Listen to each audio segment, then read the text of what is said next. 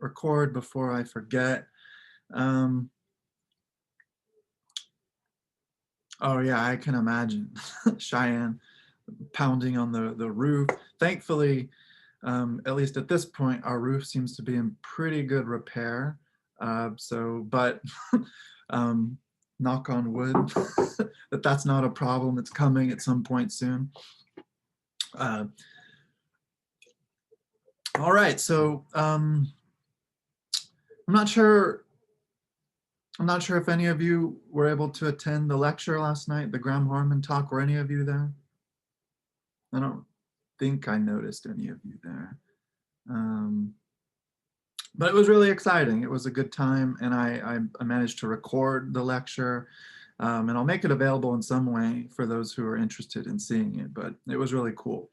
It's too bad we couldn't have brought him physically to campus, which was originally the plan for last year. He was supposed to come in March of 2020, but then obviously the pandemic put the kibosh on that. Okay. Oh, okay. Know your rights. Well, that's important. I mean, you should know your rights. All right, so I can't fault you for that. But so today we're going to continue our discussion of Plato and the Allegory of the Cave. And I think it's Carissa and Janice. You guys are supposed to lead some discussion in connection to the James Baldwin piece. Are you guys here? I think I see. Yeah, I'm here. Carissa, okay. Is Janice here? I'm here. Oh, okay. This is so weird. Like if we were in a real classroom, I wouldn't have to ask silly questions like that. Okay. So we're in this weird virtual cave, you might say, grappling with shadows. Okay. So hopefully you guys were able to complete both of the readings and you've made some kind of connections. Now those connections are not exactly explicit. And so that's part of our task, is to take up the mantle of engaging in some difficult, some perhaps surprising pathways of thought, right? And so that's what we're going to try to do today. And so I mentioned that we would take some time in class to watch the video. But so just a question for the two presenters: to what extent, if at all, do you intend to talk about Plato or the Plato dialogue? Because of course you're not required to, but that is something that you might want to do. So I'm just trying to get a sense of how much you're going to address the Plato reading too. Yeah, I'm gonna make some connections to the James Baldwin Stranger in the Village story. So. Oh, so you were going to make that some connections to Plato or between those two readings? Yes. Okay, cool. All right. Well, we'll still take some time to unpack the Plato, the excerpt from the Plato dialogue a bit more before transitioning to our presenters for the day. But I'd like to get us started with some breakout rooms, some small group discussion. But before I do that, let me return to my slides, because I would like us to focus briefly on the so-called divided line analogy that appears at the end of book 6, that is the moment in the text, this famous dialogue of Plato's from his so-called middle period, the Republic, that precedes or comes just before the Allegory of the Cave in book 7, which I would say is probably the most important sort of mythologically based or narratively grounded argument in the history of philosophy. And as I mentioned in my introductory sort of write-up or description on Moodle of the Plato reading, this is all the more impressive given how relatively short the reading is. There's so much to unpack. There's so many connections to be made. There's such profound relevance to contemporary issues and questions with which we are all confronted at this point.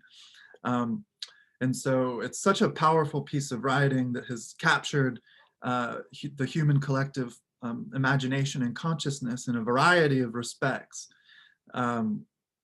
taking a variety of differing, but in any case, related connections throughout history. And so that's one reason I want to try to connect this to a more historically recent and less explicitly metaphysical and epistemological period or offering of reflection or introspection that we find in the case of Baldwin's piece from the mid-1950s.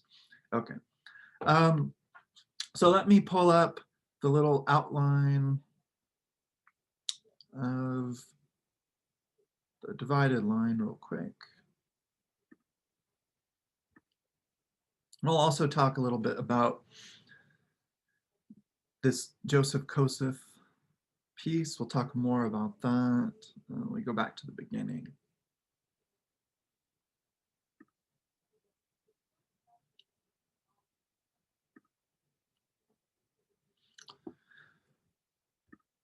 Okay, so we briefly discussed this simultaneously metaphysical and epistemological paradigm, which can also be seen as a map, as it were, of the cave land, as I described it last time, and the possible ascent towards liberation that one or another of the dwellers in the cave might embark upon, towards the not possession of, but towards the cognitive sort of or epistemic relation to the truth, right? Which would always, as we've talked about from the very beginning in the context of the first Platonic dialogue that we discussed, the object of knowledge. So if we say we know anything, then we are describing or articulating a particular relationship that we have as knowers to the object or content of that knowledge, being in every instance, however varied or different that might be in every case, to the truth. So what we find on the bottom of this horizontal line marking metaphysically the dualistic structure that we encounter in Plato's framework, the bottom of that line we see the interior space of the cave, as it were. And then when that prisoner is freed, they ascend the cave. But I wanted to take, and I mentioned this last time, I offered it for you guys to consider just as we were leaving class on Tuesday. I mentioned the image or a possible image of a superhero. So superhero mythology is very much popular right now in our collective consciousness and in our various popular cultural media. So I asked you to consider a superhero like Wonder Woman, right? And so so we can look at this structure for a moment if there are any questions about it. And then I want you guys, I'll show an image of Wonder Woman. And then I want you guys to think about that object. So taking this particular image of the Wonder Woman character as your starting point for reflection, discuss with each other how to think through this image or to locate or place it somewhere along this cartography or this map of the ascent of knowledge, where we find the interior of the cave, the outside of the cave, and think about all the various objects that populate these domains. So in the first case, we have images as labeled here, but what are the objects that would correspond within the myth of the cave or the allegory of the cave to images? Just so we have some clarity on this before I send you into the rooms. Is it shadows? Right, it's the shadows.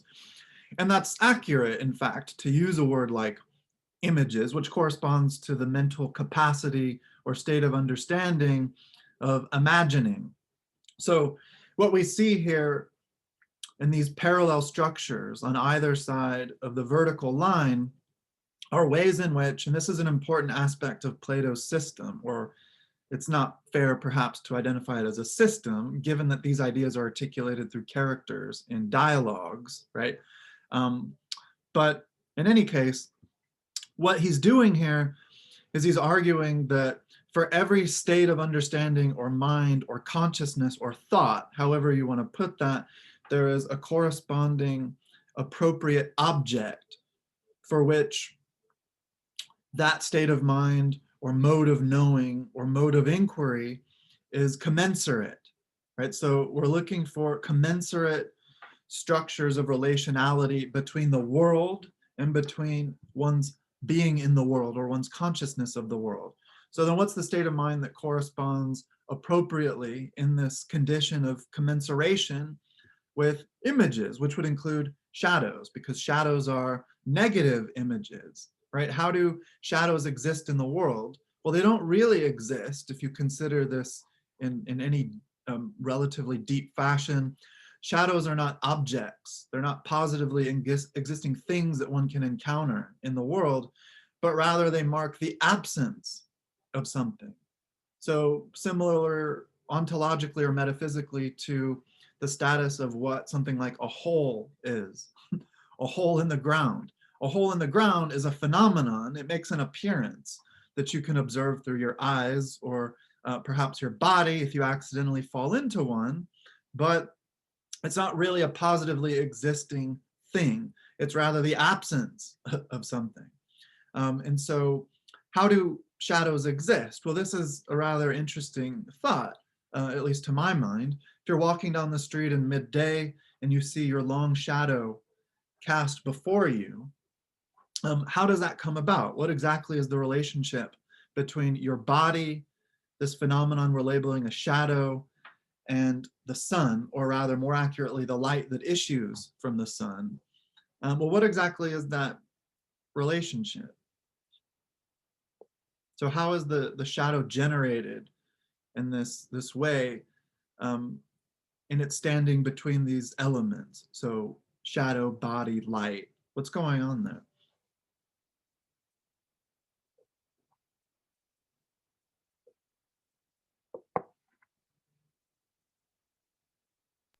I guess it would be like the absence of truth or knowledge about the object, because the light is being, the light that is hitting the wall is being blocked by the actual thing, but all that we can see is the shadow. It's the thing, the knowledge that is like, that should be there but isn't, I guess. Yeah, so good. We can understand shadows as the absence of light, metaphorically, or following the path of this allegory as the absence of the good, right? Because the good is supposed to be commensurate, metaphorically, to the sun. And so this is what Neoplatonic early Christian thinkers would appropriate Platonic metaphysics for. So for example, St. Augustine, one of the early Christian theologians and philosophers, coming from what's present day, damn it, what's the name of the country in North Africa I'm thinking of? Libya, sorry. He argued that evil is not any positively existing thing, and the manifestation of evil in human action, which originates in sin, is for its part also not some positively existing phenomenon, but is actually the product of the absence of good, or the distance from the being in question from the good.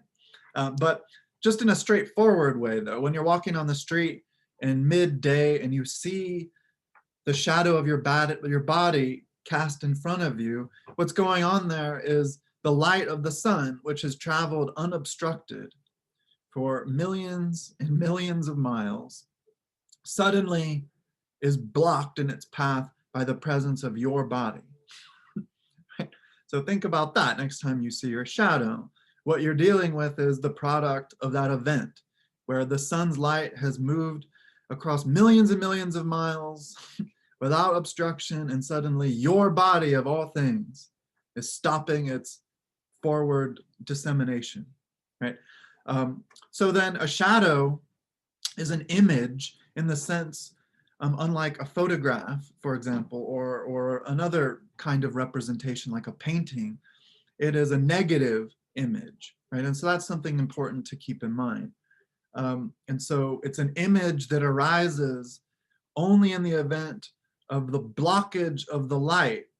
And the light is to be identified, remember, as the idea, or the idea from the Greek, in which anything in its substantial presence that can be known in its truth can stand forth as observable, as seen, right? So that's an important thing to keep in mind. And so when you look at a shadow, whether of your body or of a tree or of a cup or any other object that you might encounter there or that might be present in the immediate space around you, what you're dealing with is a profound reduction of the substantial appearance of the phenomenon in question, of which the shadow is a negative image. So it resembles, right? It takes on some determinate shapeliness that corresponds to the object of which it is a negative image, but it is woefully in every case reductive, right? And so that's really what the role of the shadow is here. And then we develop common sense beliefs above and beyond mere images within the course of this epistemic category of a belief or opinion, as it were, doxa, about what seems to be the case. So when it comes to this point, if we're talking about this outside of the cave, you might first see the shadow of a tree, or if you're walking past a lake or something, you will notice the reflection of the sun, for example, on the surface of the water. But then you develop opinions beyond that.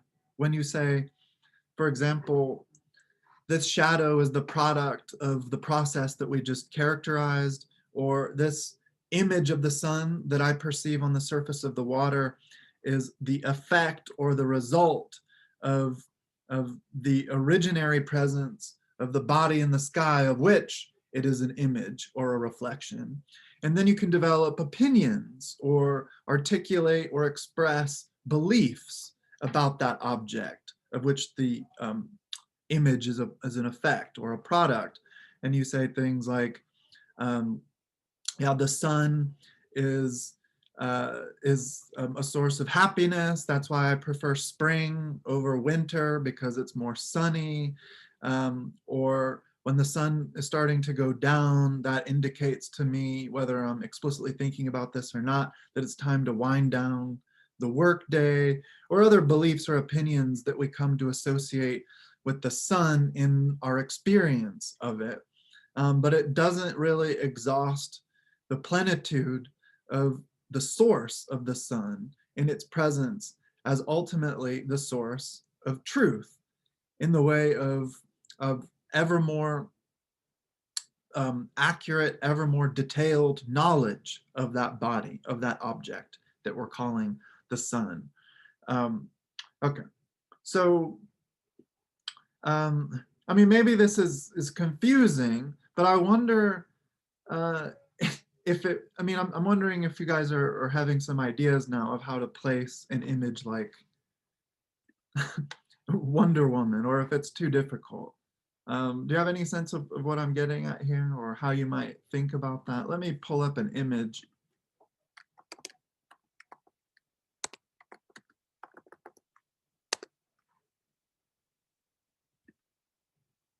And this is actually an exercise that I'm introducing, or I'm asking you to consider and to participate in. This is an exercise that's related to one of the discussion prompts, or at least a couple of the discussion prompts assigned for this week, specifically in connection to advertisements or commercials or something, where a particular object or series of objects is presented, but from a particular, and in every instance, relatively speaking, minimized or reductive perspective. Right. So let me pull up just this image real quick.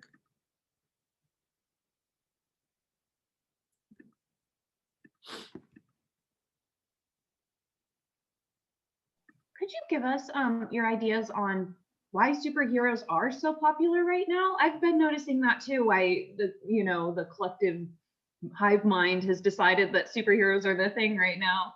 What are your ideas on that? Because it's a weird thing to have that during a pandemic.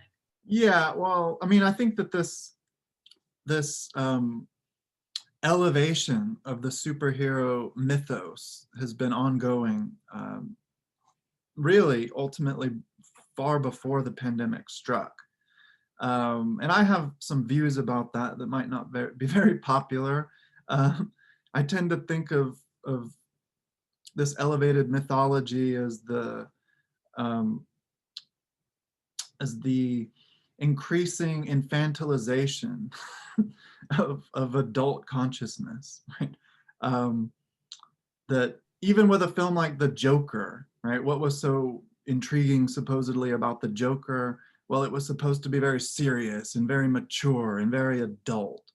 And one problematic result of that sort of popular coming to terms with or thinking about or reflecting about the value of the Joker. So sorry, let me show this image.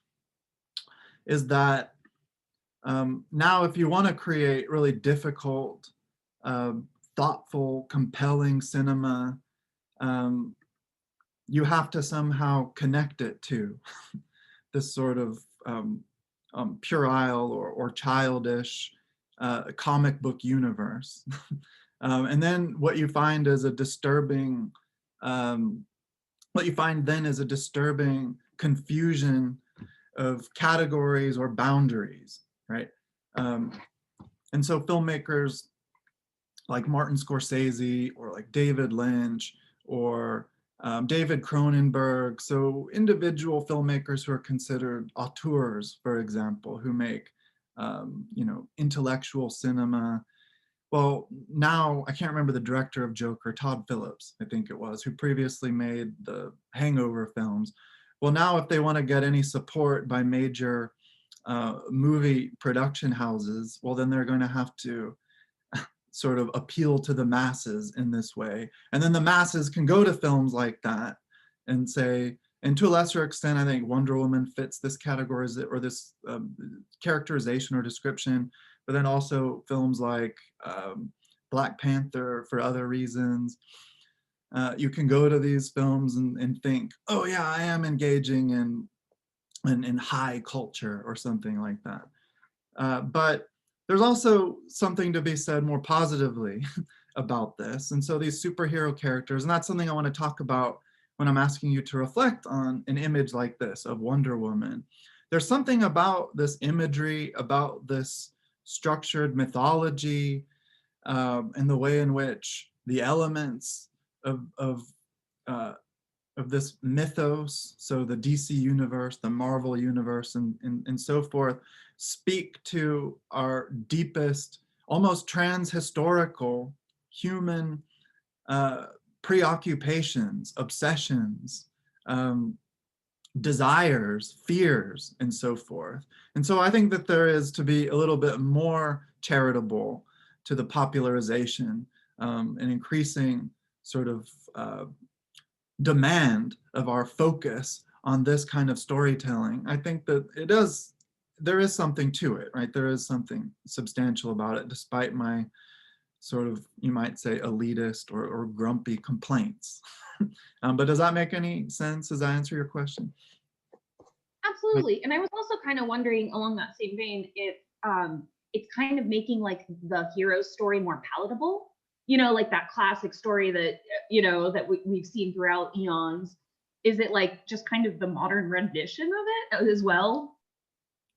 Yeah, I think so. I mean, we can maybe find a parallel, however superficial the sense of this parallel turns out to be, depending on our differential perspectives or opinions, what we care about, what we value, and so forth.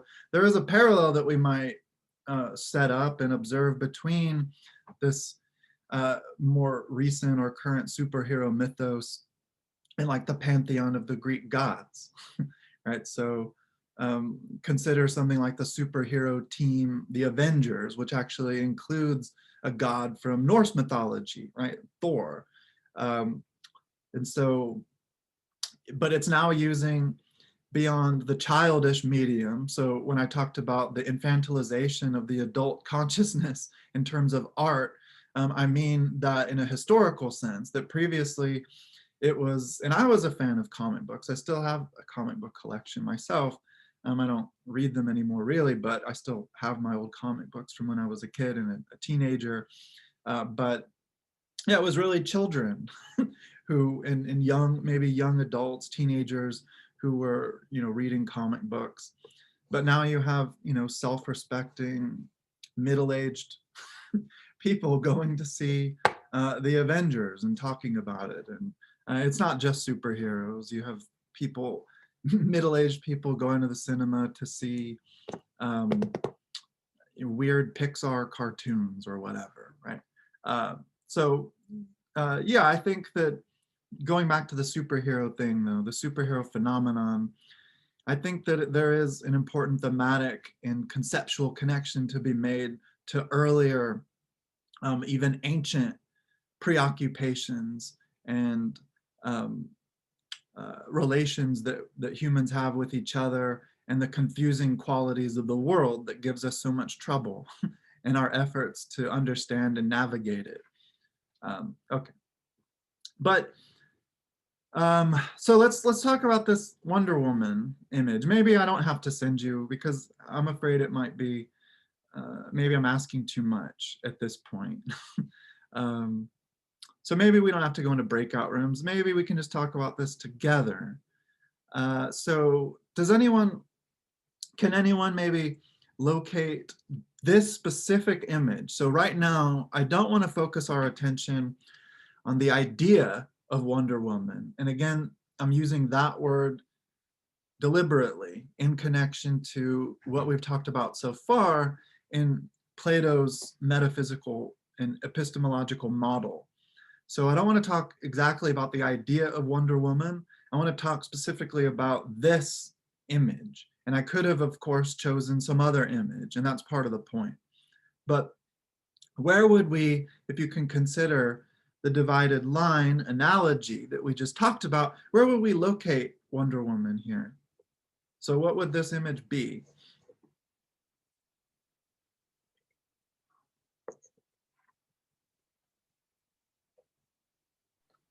Well, it would be in the lower left, but I don't actually remember the title of the section there. But whatever was labeled as images, or where we classified shadows as. Yeah, so this would be a shadow. And why? Can anyone speak to that? So this would be a shadow, and we're talking about that in the sense in which a shadow is an image. So a mere appearance, a mere superficial appearance. Just to unpack a little more carefully what we intend when we use language like image or shadow. So when I'm talking about an image, I'm talking about a kind of glossy veneer, which just as it indicates, or in some sense discloses what is beneath it, also hides it or conceals it.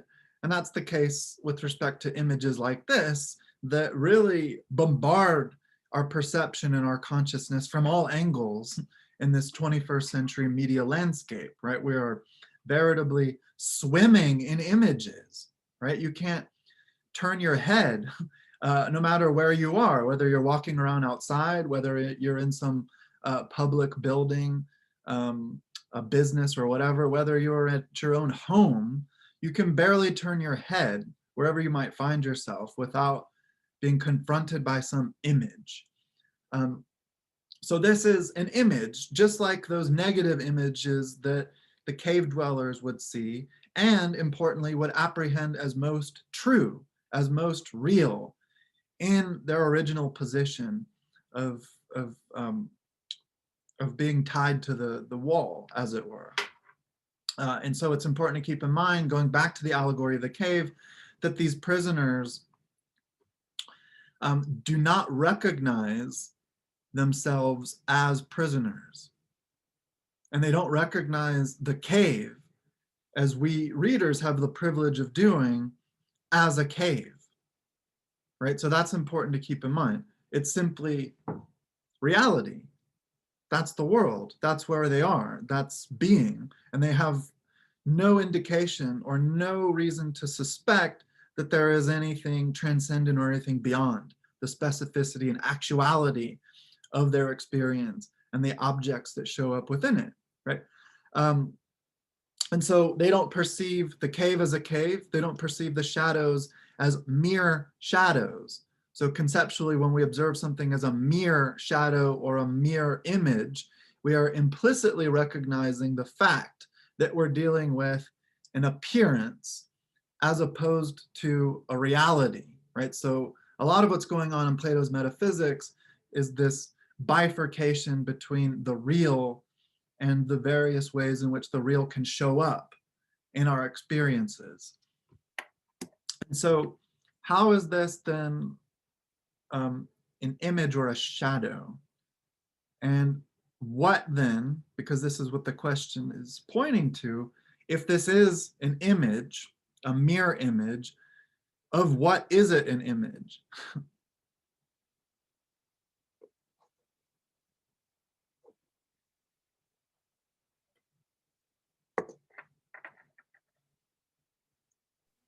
Maybe the idea of this like powerful female essence that's kind of like transcending human abilities or something like that. Yeah, And then that's the image, really good. yeah, it's like her reflection or her shadow.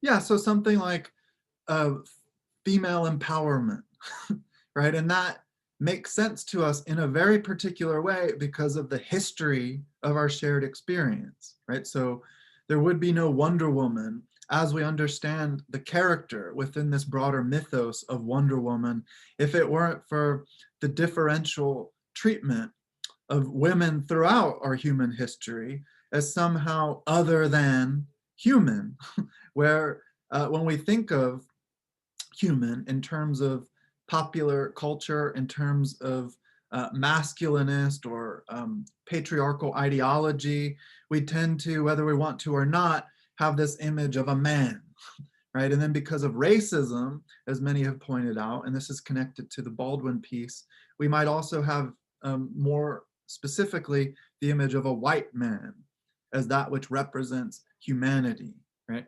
So you're right about that, Sham, but I think you jumped over a step. You kind of, with that, took us out of the cave.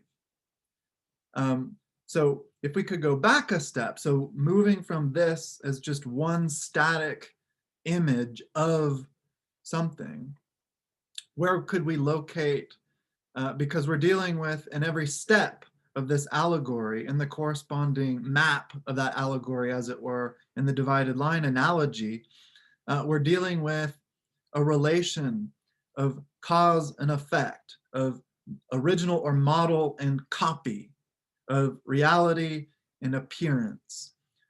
So before we get to these big picture ideas, is there a kind of intermediate step between this particular image and the ideas that the image would represent?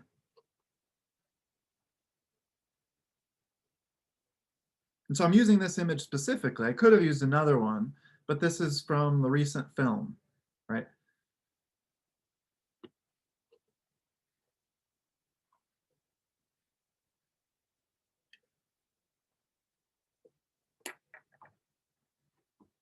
Any ideas on that?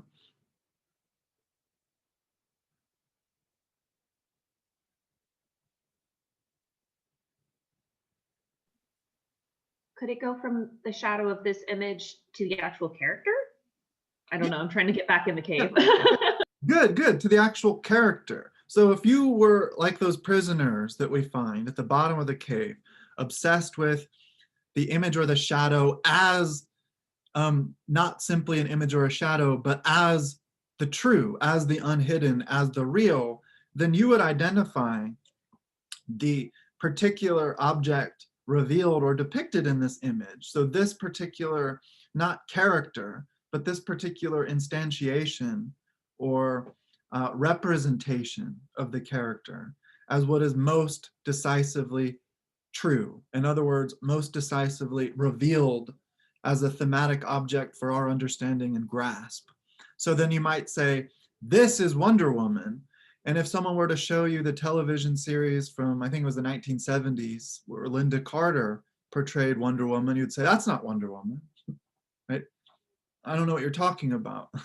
I don't know this particular actor's name who's representing the new Wonder Woman. I haven't seen the film, but that would be the instance of someone thinking, well, no, it's only this Wonder Woman. right? Or I mean, we can talk about any number of franchise characters. So like think of James Bond, for example. People very angry about choices that the producers of these films make, right? So people were, some people were hilariously outraged when Daniel Craig was selected to represent James Bond because he had blonde hair, right? That somehow belied the understanding of what this particular character had to be, right? And so there are also cases, I'm trying to remember a recent one in which I think it is actually with James Bond, right? So I can't remember the recent film, but James Bond was presented, or there was an idea to present James Bond as I think, what's his name? Idris Elba was considered to represent James Bond. I'm not sure if that went forward, but people were angry because James Bond was white and this would be a black man representing him, right? And so that's happened in, I think, in numerous cases. So there seems to be an inability to move one's consciousness or one's understanding beyond this momentary, static snapshot or frozen image of the broader phenomenon, which is in any case more true or more real than any particular representation of it can ever adequately capture, right? So that means the character Wonder Woman and all the various media representations, of course, originally in comic books, so in print, and then eventually in film, so all these different vehicles for storytelling, that is within this kind of DC comic book mythos or universe, the more real Wonder Woman. But that would still be within the cave, right? So I'll just stop sharing that there. And then when you get out of the cave, that's when you start to ask questions like, well, why? And this is a question that Cheyenne posed earlier when she asked about the reason behind the current popularization and obsession, you might even say, with superhero mythologies, or even in many cases, ideologies. We find our ideologies represented in these characters and the situations in which they are brought to act. But the question was, well, why? Well, when you start asking that, well, then you get beyond this or that particular image. You also get beyond the confines of this or that particular narrative in which a given image can stand as strongly or weakly, depending upon how aggrieved you are as a fan of that particular mythos or that particular figure or character within the medium of the mythos. So you start asking, well, why did the creator come up with Wonder Woman? What human concerns, desires, preoccupations, fears, and hopes, what ideas, in other words, brought about the decisions that were necessary to create this mythos and to create the characters that would come to occupy them, from which we can draw over the span of many decades to come up with not only new ways of representing these characters visually, but also new ways of representing them in terms of their relationships with other characters, behaviors, confronting world problems, and so forth. So now we're brought to think of things like Cheyenne mentioned about human, or excuse me, specifically in the case of Wonder Woman, this kind of female empowerment, right? Or, I mean, there are any number of things that one could say about this particular character or any other comic book character, right? And so then just to briefly go back to, and we'll talk some more about this. So when you see the image, the specific image I shared with you of Wonder Woman, that would be down here, where the corresponding or appropriate state of mind would be mere imagining. And then because you understand now that that is a mirror image, so a static snapshot of a broader object, so to speak, of the character Wonder Woman, which spans several media, several decades, then you can have beliefs. You can say, oh, Linda Carter, for example, portrayed Wonder Woman much better to my satisfaction than this current actor does, right? So you have common sense beliefs about the character. And so you're placing this particular image within a broader narrative, history, and milieu.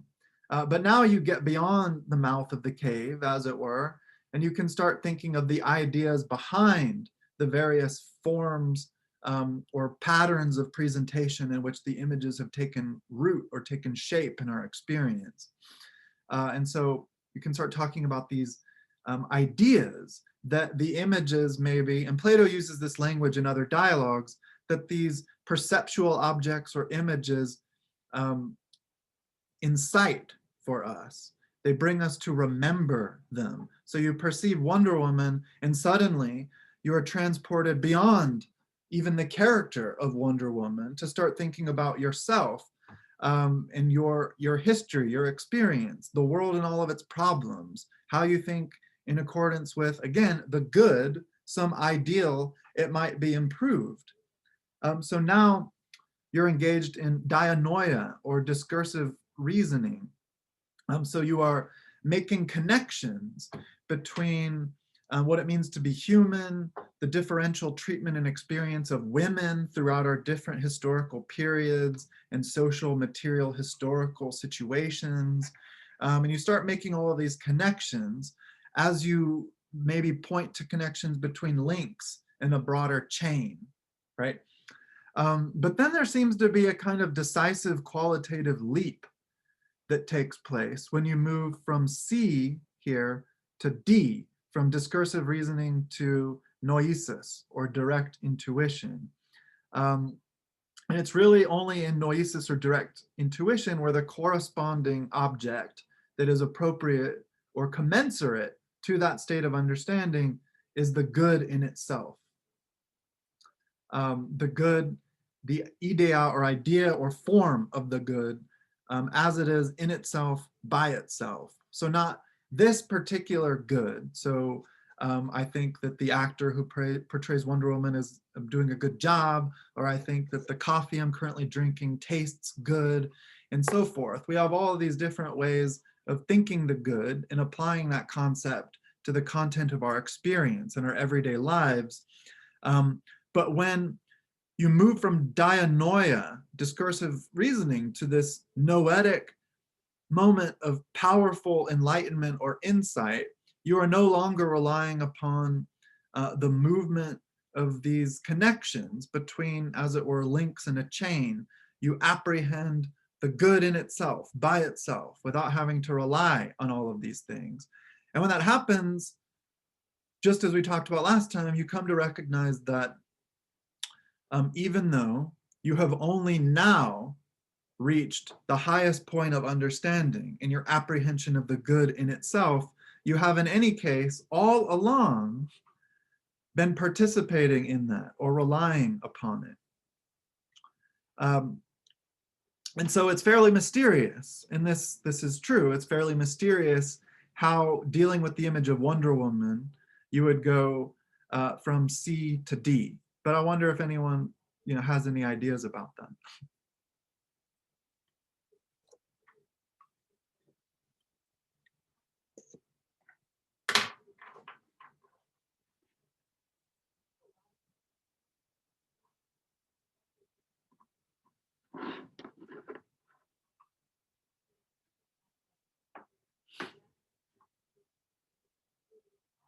Well, maybe not.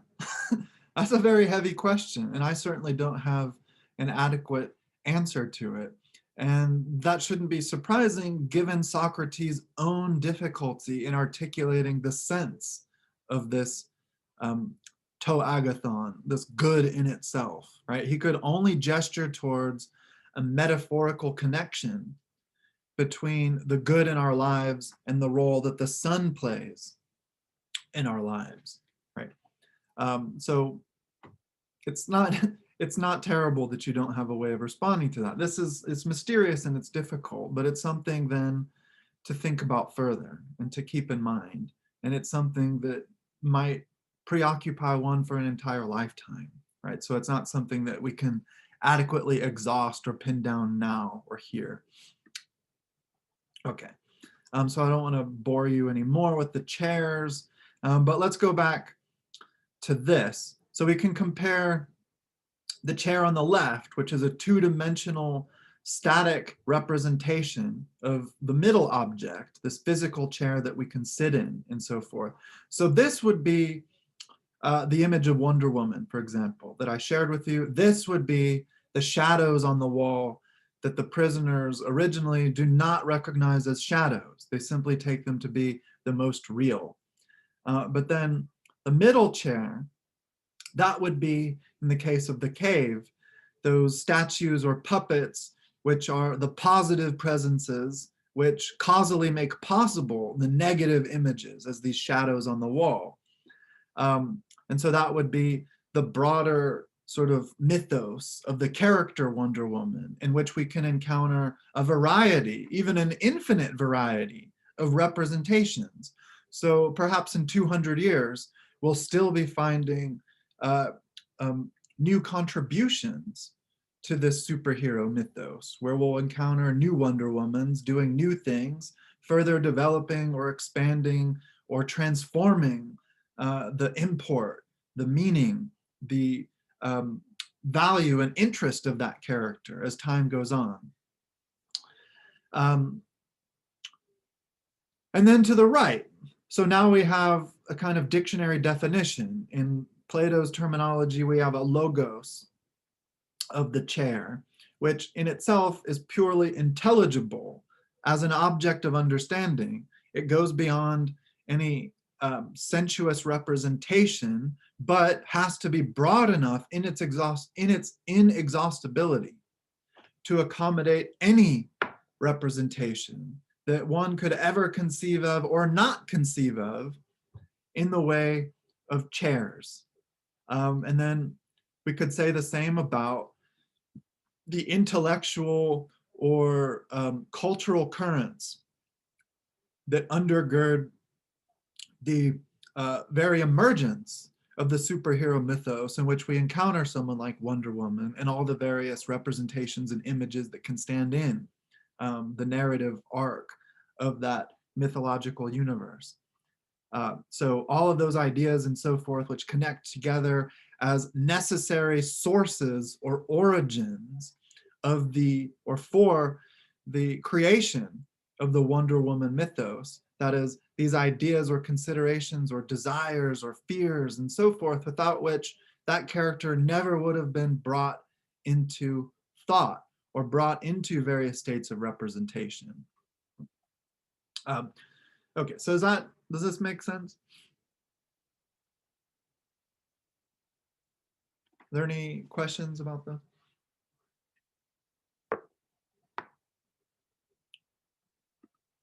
And so this is a connection, this is the last slide I have actually, to make to the Baldwin piece.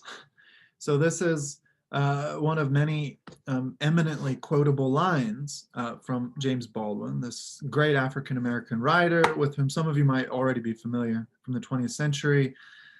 Ignorance allied with power is the most ferocious enemy justice can have. And so there's a sense in which those prisoners, as we saw when the freed prisoner returns to them with bright ideas of emancipating them, whatever that might mean, and we can talk about that, well, they respond with hostility, right? So then we can see a willful ignorance, the desire to remain within the grip of a kind of benighted conception of the whole. That is, in the case of the prisoners, this willful desire to retain the specifically, falsely so, positive character in terms of the being or reality of those shadows, rather than achieving the distance from them necessary to accurately recognize them as the shadows that they are. Okay, so does that make sense as a first go of establishing a connection here?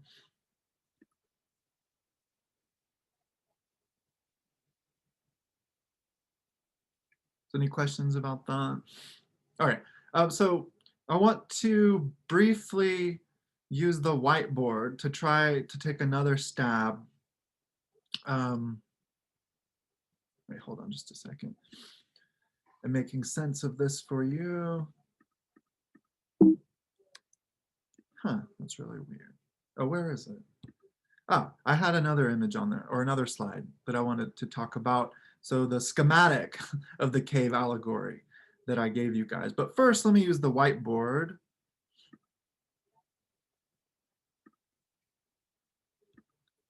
And so we're going to jump back a little bit to making sense of this allegory in terms of Plato's so-called doctrine of the forms. And so I have a couple of ways of going about this. So here's where I'm introducing some examples that can help us think through this idea of the forms that we talked about really first in the context of the end of the 6th book of the Republic. And so it was a little mysterious or confusing when we were working through that for you, what Socrates meant at those times when he talked about the just in itself, right? So we have a number of examples of justice. So what would be, someone maybe just throw out, what's an example if you said, for instance, oh, that's just. If you had to present an instance where justice has been served or justice has been realized, or some state of affairs exemplifies what you take to be real justice, what would be an example of that?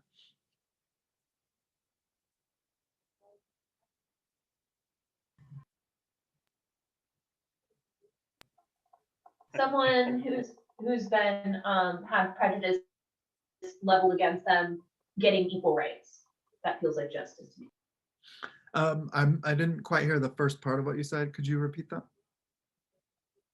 Oh, just someone who's been, historically disenfranchised getting rights. Good. Yeah. So, for example, the final realization of women's suffrage, right? When women were permitted to vote in this country, which is a right that most thinking people would say they had all along, but it was only recognized at a certain point in our legal history.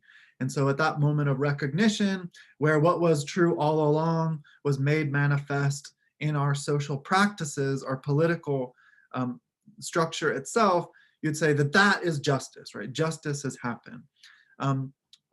Or what's a different example? Can someone else give me another example that maybe looks different from that? Sure, when like a criminal who was caught doing terrible things is sentenced to prison or rehabilitation. Good, right. So if a criminal, maybe a murderer or something like that, has finally been caught and has been tried at court and the conviction is achieved, we might say that the collective or the community can breathe a sigh of relief or something like that. Justice has been served, right? So these are two really substantially different phenomena or events in the world, yet we have no real difficulty in observing them both to be instances of the just, right? But here's another example I like to use, the concept of beauty.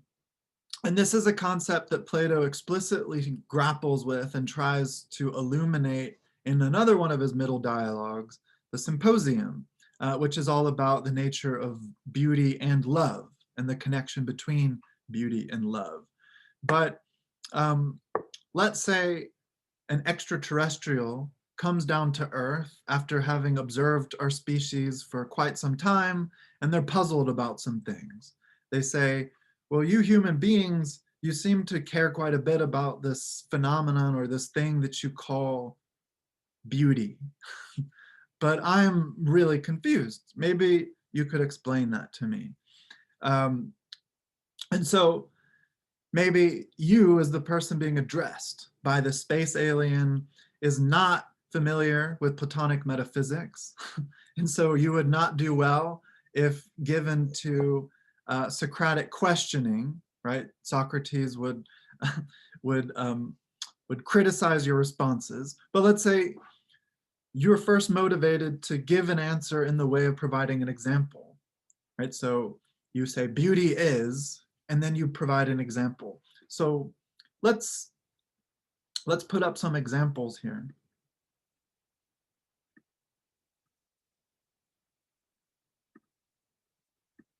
Who, trying to write in this stupid text box.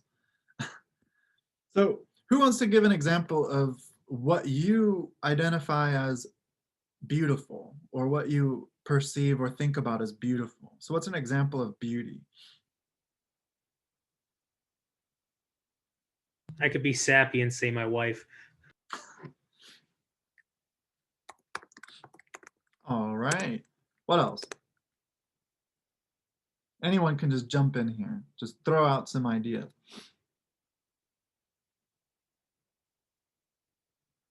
I wrote in the chat that I think that beauty is like the imagery of love, like things that you love, like his wife, you know, when you look at something you really love, or flowers, or, you know, something that you really enjoy, it tends to be kind of the manifestation of love.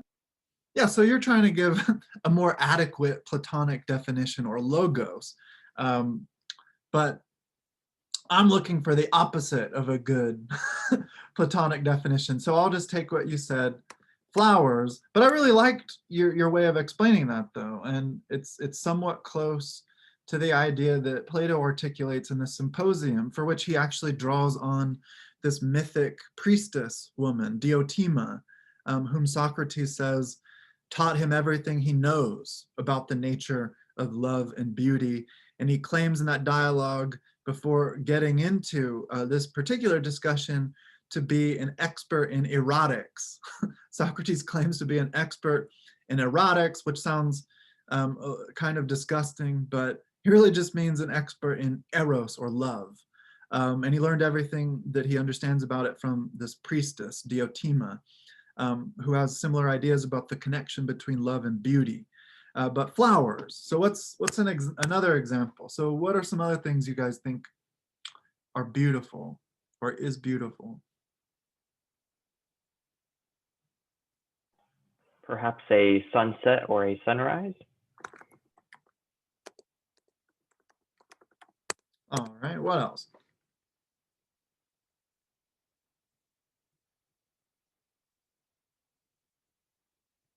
Sport cars.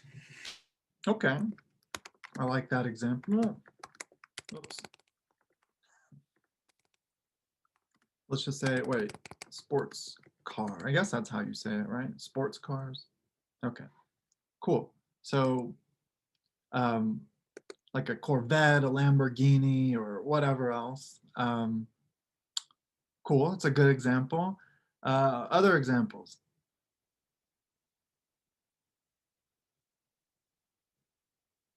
Forests. Okay. So you encounter quite a bit of beauty when you walk into a forest. Oops. What else? Maybe like a starry sky on a really clear night. Cool. Okay. What else? The beach. Good. Good. Now we're thinking. Coming up with some good examples here. What else? Gardens.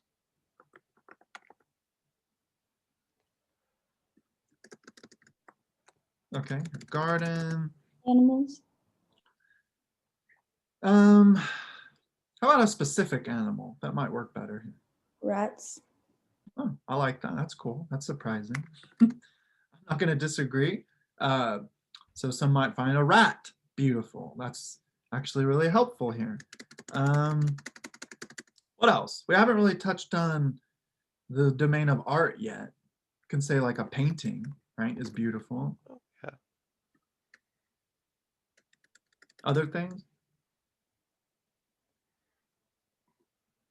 Memories.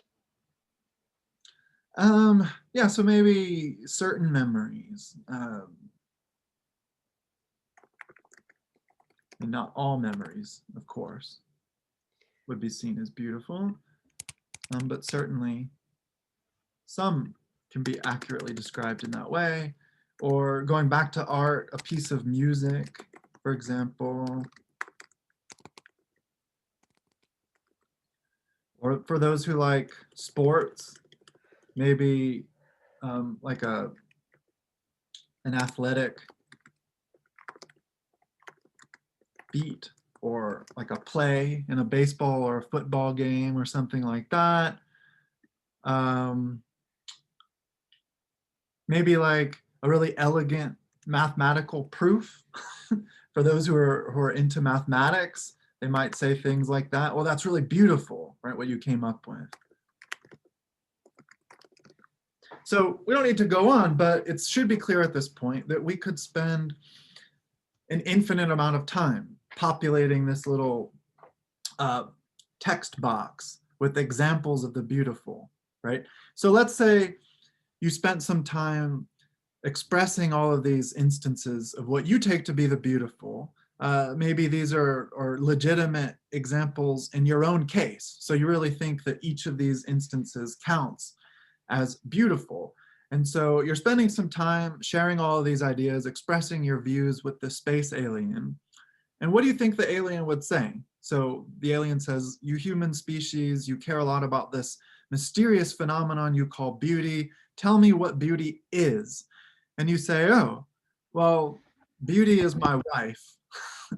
Beauty is this rat. Beauty is this Cézanne painting. Beauty is this touchdown at the Super Bowl. Or beauty is this sunset. Beauty is this beach. Or we might say, some think this way, beauty is this newborn baby, right? Now, what do you suppose the alien, or how do you suppose the alien would respond to this? Would they say, oh, okay, I got it? Or would they be more confused than they were previously? It reminds me of the. Oh, after you, Cheyenne. Oh, I'm so sorry. It just reminds me of the word decline in Hawaii. They used to say it all the time, and it was like I was trying to figure out what it meant, and they would use it to describe their girlfriend, and they would use it to describe some really good dish they ate, and I was like, what is this word? Does it, is it a noun? Is it a verb? Like, what are we dealing with here? Yeah, that's a really good example. What is what's the word again? That's interesting. Decline. Could you spell it maybe in the chat? Or if you don't know how, that's okay. You can kind of look it up. But yeah, that's really interesting. So you were confused about that, and this is largely because you're a kind of stranger to the culture, and that's exactly how we're characterizing the aliens' efforts here of making sense of this mysterious concern or obsession or phenomenon that we find significant above many other things in our human lives. So beauty has a kind of intrinsic value. It's pursuable, desirable for its own sake. And yet we locate the beautiful and all of these multiplicitous, incredibly varied phenomena, right? So the alien would be brought to think, as you sort of characterize your experience with that mysterious word, Cheyenne, well, what the hell is it that makes a garden the same? Because we're talking about all of these as instances of this unitary, universal, that is, that we're calling the beautiful. So the alien might say, what the hell is it about a garden that makes it the same as a rat? Or how is it that your particular memory of a wonderful experience you had 7 years ago, identical insofar as it's beautiful, with a flower? Or how is the touchdown that you observed at the Super Bowl in its beauty commensurate or identical with the beauty of a redwood tree that you can encounter in a forest, right? What relationship could there possibly be between a mathematical proof and the beach? So what the theory of the forms is supposed to do is to make sense for us, and this is one thing among others that the theory of the forms is supposed to do, is to make sense for us how it is that we can gather a multiplicity, so a diversity of things, or the many under a one, right? Under this sort of unitary umbrella, as it were. So how is it that we can say that all of these very disparate objects or phenomena or experiences are the same insofar as they are beautiful? Well, the simple answer Plato gives us is they all in their own way, insofar as they are beautiful, they all in their own way somehow participate in, and he uses different language. And so in all these different terms, depending on the context, it's because all these phenomena participate in, manifest, reflect, represent, instantiate, so all these different ways, the universal, unchanging form of beauty in itself, by itself. And it's only because of their relation to that, which is a kind of causal relation. So if a garden is beautiful, then that is the effect of its involvement or participation or reflection of the form of beauty, which is not exhausted in the presentation of this particular garden. So you cannot go to the garden and say, yes, I have encountered beauty. This is beauty. I know everything there is to know about it. So the idea is beauty as the originary source, in itself unchanging, universal, and purely intelligible. It is the universal source of all of these particular phenomena, which in each instance is in some way sensible or experienceable in a particular time, such as a mathematical proof would be, for example. And so we can disagree. So some of you might say, well, I don't like football. I wouldn't think that the touchdown can accurately be described as beautiful. But if I am a fan of sports and I contest your interpretation and I say, no, it is beautiful, you at least know what I'm talking about, right? So the idea is you have an implicit recognition of what the idea of the beautiful is, which has to be in place implicitly, that is, pre-reflectively, for you to be able to apprehend any determinate object of your experience in the course of your everyday life as beautiful. So unless you had some pre-reflective liminal understanding, that is an implicit understanding of the beautiful as such, you could never recognize a new painting that you see for the first time as beautiful, or a sunset that you see one particular evening as beautiful, unless you already understood in some manner what the beautiful is, independently of this or that thing that you encounter in the course of your empirical existence as beautiful. And the same goes for anything else, a fortiori, or most strongly, most importantly, the form of the good, right? So unless you have some prior implicit understanding of what the good in itself by itself is, you would never be able to make sense of the good as it shows up by your understanding or interpretation in the course of your everyday life. Does that make sense? And you could spend an entire lifetime trying to supply a meaningful, satisfying answer to the question, well, what is the beautiful? And that's what we saw Socrates sort of groping towards in his efforts to make sense of the form of the good. So then the idea is anything that exists at all exists as a particular thing to the extent that it exists as the effect of the originary cause of the form as a universal that gathers it as one instance or particular among an infinity of possible other instances or particulars. Like we can derive, for example, an infinity of various static images of the character Wonder Woman, but none of those images in itself is sufficient to exhaust the very depth of the reality out of which it emerges for your particular experience of it. But we often get lost in the sensible images or in the things that we encounter as particulars in our lives, and we take them to be, as it were, the totality of the phenomenon that we are using to describe them. So we might say, if we're obsessed with painting, that painting is everything, right? Beauty is impossible beyond the art domain that we describe as that of painting. Or if you're obsessed with cinema, you might say the same thing about movies. Or if you're not really a fan of human culture or art, you might identify beauty with the natural world and say you can only encounter it in the forest. But Plato would say you're missing the broader domain of reality, out of which these emerge as mere particulars or instances. And so let me draw something real quick for the last example to make sense of this. Well, actually, I can do, this will be good. Okay. Well, actually,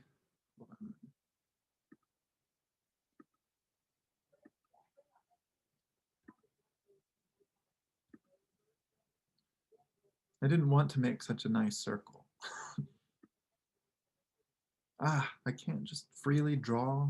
God, this sucks. All right, well, let's just deal with this somewhat perfect circle.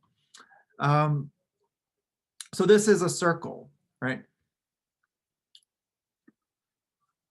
But let's just pretend that I was able to draw a relatively shitty circle for you. So let's pretend that maybe there's like a break in the line, or it's a little oblong or a little contorted, such that if you were to measure it, the distance from the center to the extreme of the contour would not be identical around it. Yet, you would be able to recognize it in any case as a circle, right? So if I were to take a pen and to really sloppily draw out the polygon that kind of approximates the image of a circle, I would ask you, what is that? And you could say, oh, well, you know, that's a circle. And then if I asked if it's perfect, you would of course say no.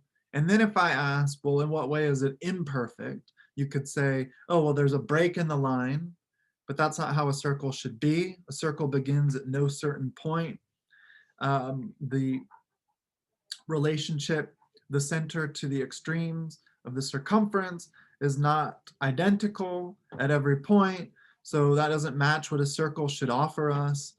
But you're able, in any case, to observe it as a circle. But now dealing with this perfect circle, as it were, it's not really perfect, this representation, this image. So if I were to expand it, if I were to increase the resolution, as it were, because we're dealing with a digital image, you would see little breakages, right? Because we're dealing with basic units that are brought together through ones and zeros to create an image that we can visually experience. But if I were to amplify that, increase the resolution, even with a perfect circle here as drawn, you would start to notice little imperfections in it. And so mathematicians, geometers will tell you this. There is no such thing in reality, in nature, or even in human representations of a perfect circle. It doesn't exist. Yet, we somehow know a circle when we see it. So this is a puzzle for Plato. He asks, well, how is this possible? And the answer is this theory which he articulates elsewhere in his work, known as anamnesis in the Greek. It's not important to remember that word. It translates roughly to recollection or remembrance. So the idea is, whenever we come to know something, whenever we, in other words, learn something to be true that we didn't know before, we're not actually learning anything new. We are simply recovering or recollecting or remembering what we lost.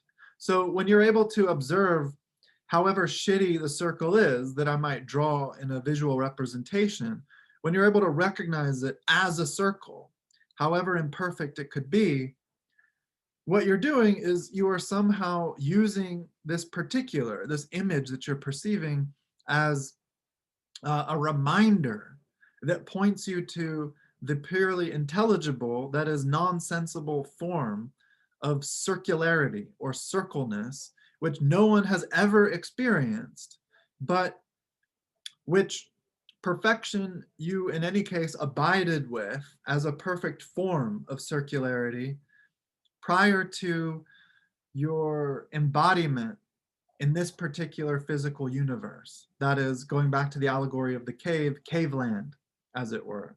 Right?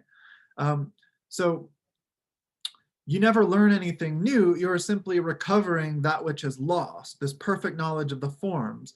And so what we're trying to do over the entire course of our lives is through our sensible experience, we're trying to reconstruct the knowledge that we lost upon entering our bodies, which stand as a kind of prison, which keeps us from the true objects of knowledge, which never show up in the course of our experienceable reality, that is, the world of the sensible particulars that we occupy, but which stand in any case in the background as a necessary condition for the very possibility of such sensible particulars appearing in the course of our lives as given to our observation and recognition. Okay, so does that make some sense of Plato's theory of the forms? Are there any questions about that? It just seems like a very wild concept, the fact that technically we already know everything. We're just trying to recall our memories. And I guess my only question is, like, where does all of our knowledge come from then? If it's like lost when we enter the body, does that hence suggest a soul or some other like out of body person that is ourself? Yeah, that would be for Plato the soul. And so your soul, which makes possible, among other things, life and intellection or consciousness, is that which is responsible for the acquisition through inquiry of legitimate knowledge. But that acquisition is always really, practically speaking, the gathering or recollection of what was lost. And it was lost because of the oppositional or obfuscating principle of the body itself.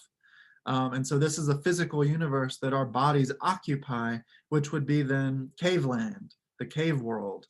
But that is the world, in any case, that we must live in. And so the last thing I'll say before I hand it to our presenters to talk about Baldwin and to make some connections is to go back to the slideshow really quickly. So maybe some of you have looked at this. I made it available under week 6, or yeah, wait, what week are we in? 7, wait, I don't know anymore. This week for the Plato reading. And so this maps the various points of transition that mark the experience of the particular figure in the narrative who frees himself or is freed in some way. So then stage 1 is where we find the prisoners chained inside the cave, where they are completely engrossed in what they encounter, the shadows.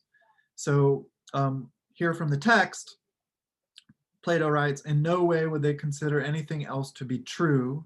And so the word for truth is aletheia, which means literally unhidden, except for the shadows, because looking at the objects now revealed in the light is a source of pain and suffering. And so they don't want to grapple with or deal with that struggle, endure the struggle. So they're disposed to reorient themselves to what was comfortable. But in stage 2, we find an openness to the human world in which things show up. So the prisoners are now, or at least the one prisoner is removed from the chains, but they're still in the cave. So what does this tell us? That some freedom has been achieved. So some measure of freedom. The prisoner is now able to see the little human-made sun that stands as the origin for the possibility of the truth, that is, of the unhiddenness of the shadows. So now what is unhidden is not only the shadows in terms of what caused them, but more specifically the details of those puppets or statues as the cause. And so the prisoners still hold fast to the shadows, as I said, as more hidden or true, until having worked through this period of adjustment where they are now able to, without so much pain, look through the illuminated field of the fire to perceive those statues. But then in stage 3, the prisoner is now released into the holy open. So here's where the prisoner is dragged up the steep ascent, is allowed to depart from the confines of caveland. And we see then true liberation. And we can understand then that liberation is not simply the removal of chains. And that's an important insight. It's not enough to remove the chains by which the prisoners were arrested. What freedom amounts to, what true liberation amounts to, is the total turning, that is the total transformation of the soul towards the objects that are most appropriate for knowledge or understanding, that is to say, truth. So at every level of this movement, we find truth deployed and opened up in a deeper way, right? So now truth moved beyond the mere shadows to a broader field that includes the fire and the puppets or the statues, whose relationship generates the shadows as negative images. But now once the prisoner leaves the cave completely, they see that that statue of the dog, that statue of the tree, that statue of the house, that statue of the human, which was brought along that raised walkway to generate those negative images as shadows on the wall, are for their part dependent on, that is to say, derivative of the real tree out there, the real dog out there in the world, the real human being. And so if the dog that you encountered as a puppet or a statue, a little representation or simulacrum of it within the cave is, say, a labradoodle, well, you might think, whoa, well, dog means labradoodle. But then you go out into the world and you see, well, there's an infinite, well, not infinite, but an incredibly rich variety of dog species, or not dog species, of dog varieties, of dog breeds, right? And so forth. And so that's what liberation amounts to, the expansion of one's field of understanding. But notice that that's not where the story ends. That's only the third of 4 stages. The prisoner has to return to the cave. So stage 4 and stage 1, this is why I put stage 4 above stage 1, looks pretty much identical to stage 1. But there's an important difference. And so this should remind us of some things we talked about at the very beginning of this class in the context of Plato's Apology, right? So now this is our fate. We cannot leave the cave. We cannot, as it were, leave our bodies. We cannot freely choose to leave the physical universe. So what has the prisoner learned? What is the change, this qualitative difference that takes place in the return to the cave? Well, now the only difference is the prisoner, unlike those who are not able to leave, the prisoner who left and came back, is able to see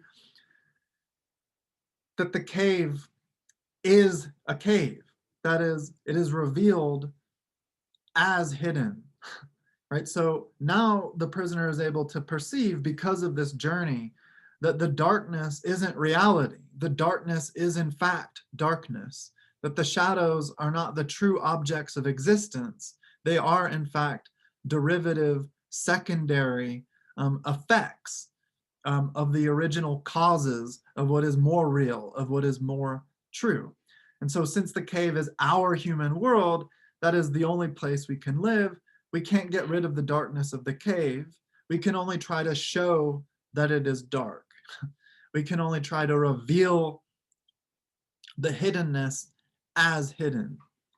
And there are some important moments in the Baldwin piece that sort of point to that important insight. But okay, so we have roughly 20 minutes or so. So I want to give time now to our 2 presenters to make some connections and to walk us through what they found interesting or important in the Baldwin piece. And we'll probably continue to talk about this just a little bit next week. All right, so Janice and Carissa, if you guys want to take it away. Hi. Can you guys hear me okay? Yep. Okay. So I'll be doing kind of like a summary of James Baldwin's Stranger in the Village. And then Janice, my partner, is going to be kind of making some connections between James Baldwin's story and Plato's Allegory of the Cave. So the main themes that we see in this short story are inequality and injustice, but more relevantly to our theme for this section is the differences of reality. He talks personally about his experiences in the village, and later on more impersonally or more abstractly about racism in the world. The story basically goes on about him going to a Swiss village, and he's not only the only Black person in the village, but he's the only Black person they've ever seen, which is very interesting for him because he's never really experienced that. He's lived in America his whole life, and so he's never come across someone who's just genuinely never seen someone that's a different color as them. And they kind of treat him as if he's almost not human.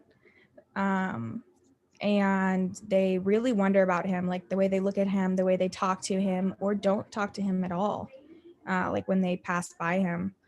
And he feels more of like a living wonder than a human. A lot of times they kind of stare at him or will try and like come up to touch his hair or his skin, just because they don't really know how to act around him. And so they don't mean to be unkind. Like he doesn't sense any unkindness from them, but it doesn't kind of take away from the fact that it's still maybe hurtful to him. And there are days when he can't play around with them because they call him a word that is the only word that they really know to describe him, but it sounds very close, like a syllable off from the N-word slur that he's used to hearing his whole life. And that's a very negative thing for him, and it elicits like a trauma response for him.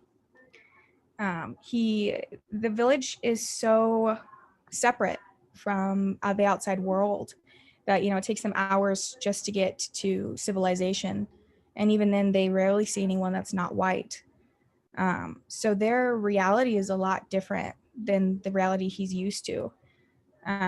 So they don't have the same sensitivities to racism, and they don't really know what to look for and that sort of thing, because it's not something that they deal with every day. They're not really even knowledgeable of it. So they even go as far as like bragging to him that once a year, every year, they have a custom in the village where they will collect money to buy African natives for the purpose of converting them to Christianity. And like a couple of kids will dress up in blackface and put on horse wigs and parade around the village asking for money. And, if we saw that in our everyday situation, it would be jarring. We would see that as something that's not culturally sensitive. But that's not something that they, in their reality, recognize as inappropriate. So yeah, I was very surprised to read that, just kind of seeing the differences in reality, and that's a big part of the whole story. And he kind of separates after that to a more impersonal approach, talking more abstractly about the world, about how if there's a big difference in if he was seeing a white man for the first time in Africa versus a Black man being first seen by white people. And he says that the white man takes the astonishment as tribute, for he arrives to conquer and to convert the natives whose inferiority in relation to himself is not even to be questioned. Whereas when people see him for the first time, it's a very different response. And he feels that although they should have stumbled into my African village a few hundred years ago, might have rejoiced their hearts, but the astonishment with which they greet me today can only poison mine. You know, he sees them and they're so shook by seeing someone who's a different color than them that they treat him so differently that it feels so negative towards him. He feels very outside, even though he knows that their reality is just different from his and their point of view is very different, being that they're so separate from the outside world.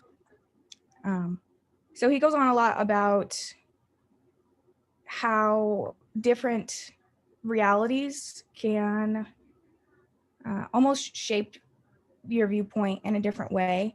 And he does touch on how the difference in reality for a Black man in America versus a white man in America, they may be doing the things that they're doing for different reasons that makes sense to them for their reality, but it may not make them okay.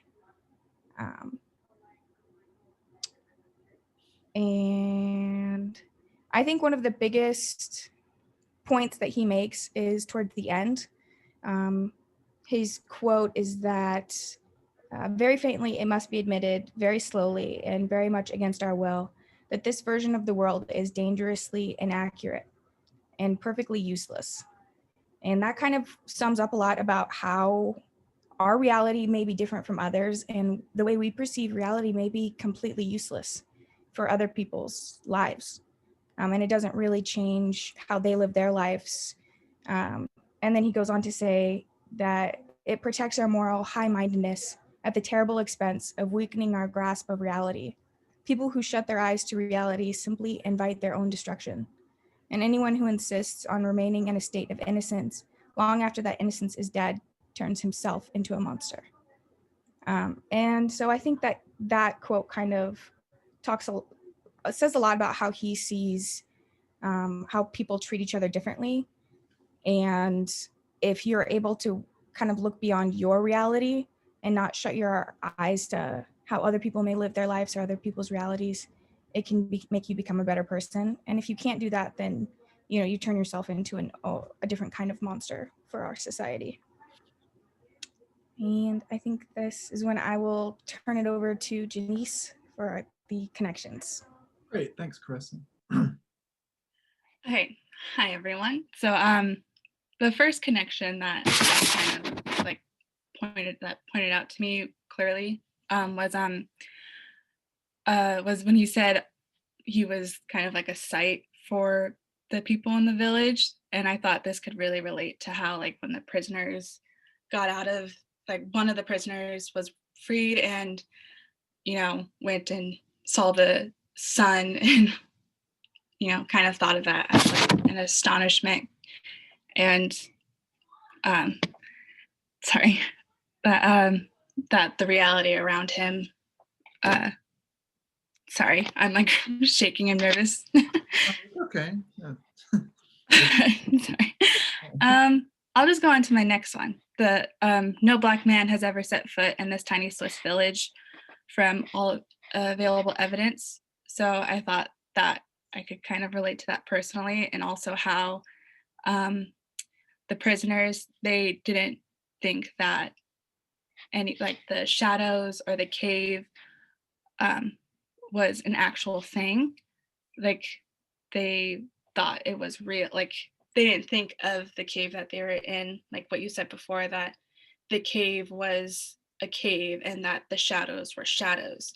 So, when one of the prisoners was freed and came back, he acknowledged that, oh wait, this is, like, the cave is a cave. So that also I felt like could relate to how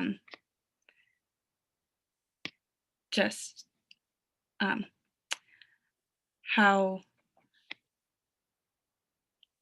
how he was like the first Black man to step foot in a village, and there's no evidence saying that he was the first Black man, or if he,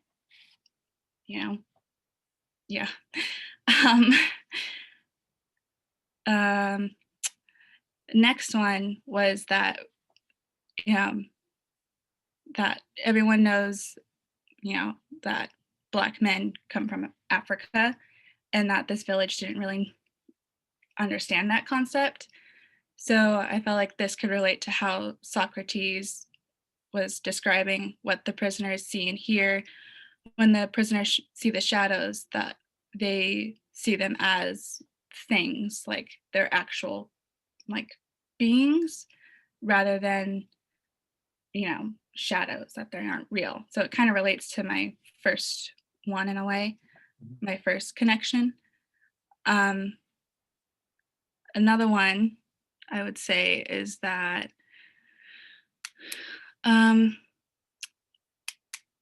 where he talks about himself being forced into a culture or religion.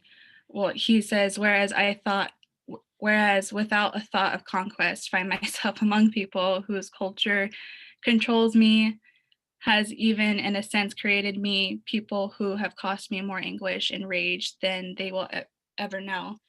I felt like that could have related to how when one of the prisoners was set free by someone, that they were forced to go into the sunlight, even though they felt pain and rage, kind of how Baldwin felt, like the pain and like the rage that he had, being forced into something that he didn't want, and that the prisoners didn't really want to know what like the outside world was, because their reality was inside the cave and they didn't want to escape that because that's what they would know. I think that's all I have to say. Well, good, thank you. You make some really good connections there. So yeah, really nice job. So thank you, Janice and Carissa. Now let's build on what they offered here in their interpretation and their gloss of these readings. If we can make an explicit connection, who in Baldwin's account, or where in this account would we locate the prisoners, right? So who are the, or where is the cave, and who are the cave dwellers in Baldwin's account? I guess the cave would be the fairly like isolated and sheltered, I guess, location of the village itself. It doesn't have a lot of contact with, I guess, more ethnically diverse populations, which is why they react to Baldwin with such, I guess, astonishment or intrigue. And yes, that would be the cave, and the prisoners, I guess, in a sense, are the townsfolk who are ignorant of this aspect of humanity, I guess.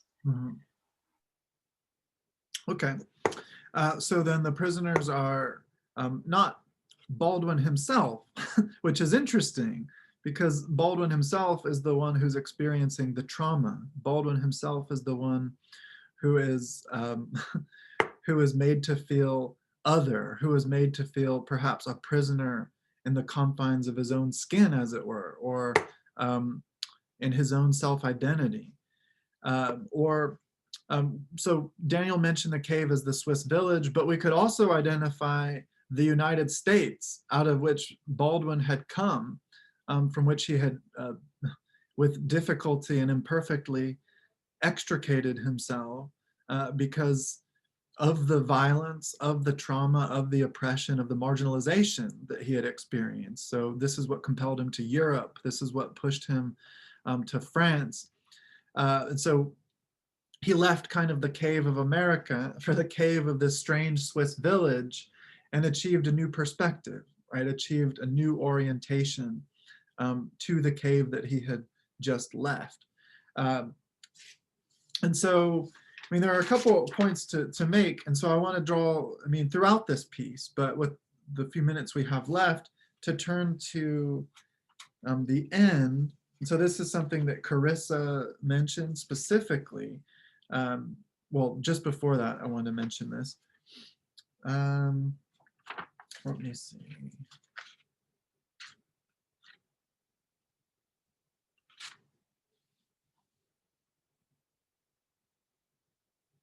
And now I've confused all of my pages.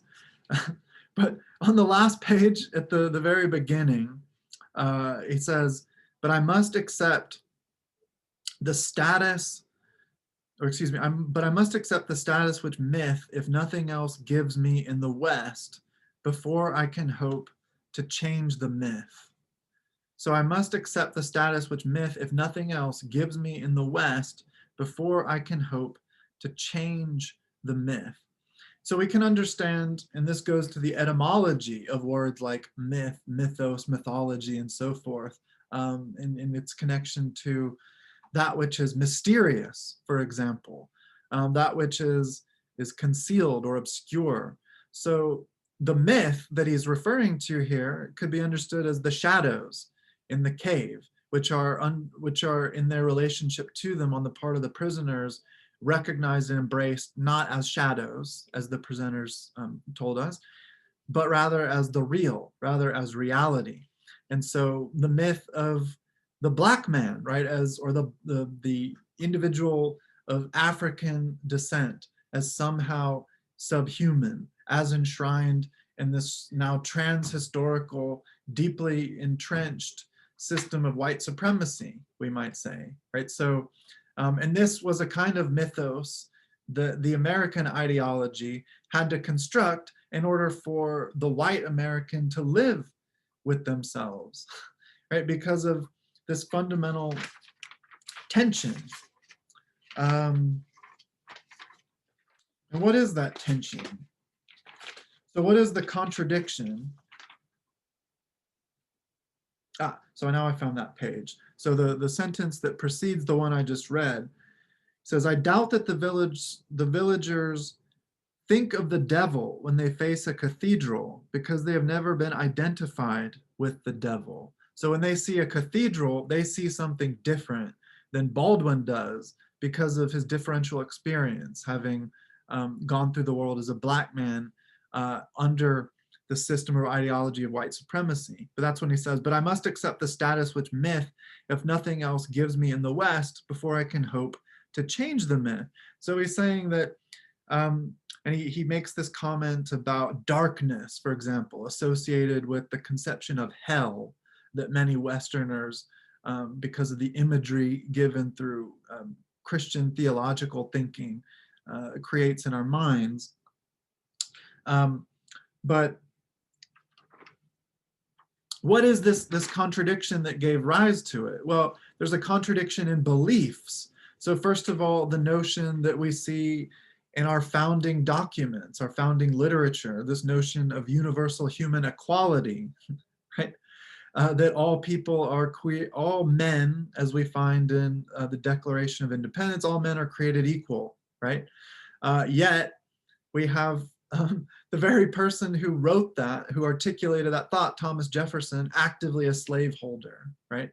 And this is a painful contradiction that we, with historical hindsight, are not alone in coming to terms with. This is a contradiction that people at the time noticed. So for that reason, the US in many ways was ridiculed from the vantage of Europeans who saw that hypocrisy, who saw that contradiction for what it was. So we have this idea of human equality, yet some humans are not equal. And how is that possible? Well, because of a myth. We have to tell ourselves, oh, well, these aren't humans. They're somehow subhuman. And so that's the denial of reality, which allows us to live with ourselves. So the last thing I'll say is just to read from the bit of description that I provided in introducing you to the Baldwin reading, and then we'll end it. So sorry, going a little bit over here, but this is from the famous debate. So for those of you who read it, this is from that famous debate that Baldwin had. Oops, I skipped it. That Baldwin had with William F. Buckley in 1965. And so for those who have seen that show on HBO, Lovecraft Country, this is mentioned, but he says, The other deeper element is, or of a certain awkwardness I feel, has to do with one's point of view. I have to put it that way. One's sense, one's system of reality. So he's talking not about individual realities that we have or live in, but how we have a sense of reality. He says, it would seem to be the proposition before the House, and I would put it that way, is the American dream at the expense of the American Negro, or the American dream is at the expense of the American Negro. Is the question hideously loaded? And then one's response to that question, one's reaction to that question, has to depend on effect and in effect, where you find yourself in the world, what your sense of reality is, what your system of reality is. That is, it depends on assumptions which we hold so deeply so as to be scarcely aware of them. So again, think of those shadows which from the point of view of the imprisoned prisoners are not shadows at all, but the real. Okay, so we've gone a few minutes over. I apologize for that. But are there any final comments or questions about any of this? Okay, so I look forward to reading your contributions to this week's discussion forum. Next week, we're turning back again to David Hume, and we'll take up some explicitly epistemological questions. So questions having to do with the possibility of knowledge versus in this week, we were talking about metaphysics and epistemology. So we'll turn more pointedly to epistemology. So I hope you guys have a good weekend. And if you're feeling a bit beat down like I am, solidarity, we'll work through it, and have a good weekend. I'll see you guys next week. Woo, solidarity. Have a good weekend. Thanks, Dr. Harmon. See ya. See ya.